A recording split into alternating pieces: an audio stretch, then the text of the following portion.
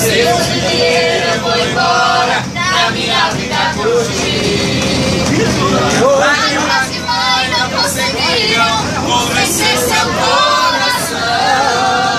E nesse então partiu deixando sua igreja, sua fé e seus irmãos. Jamais imaginava que na frente seu destino era fatal.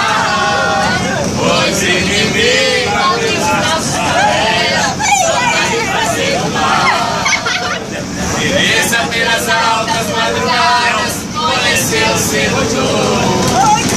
Cheio de palavras e vazias, falsas juras de amor. Então de confiar ao pecado, ela logo se entregou. Pois já não era mais uma menina, sua vida se acabou.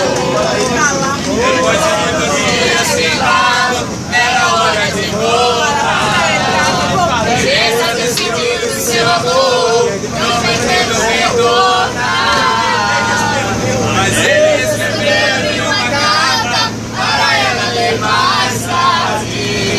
E no final da carta estava escrito: bem-vindo ao mundo da arte.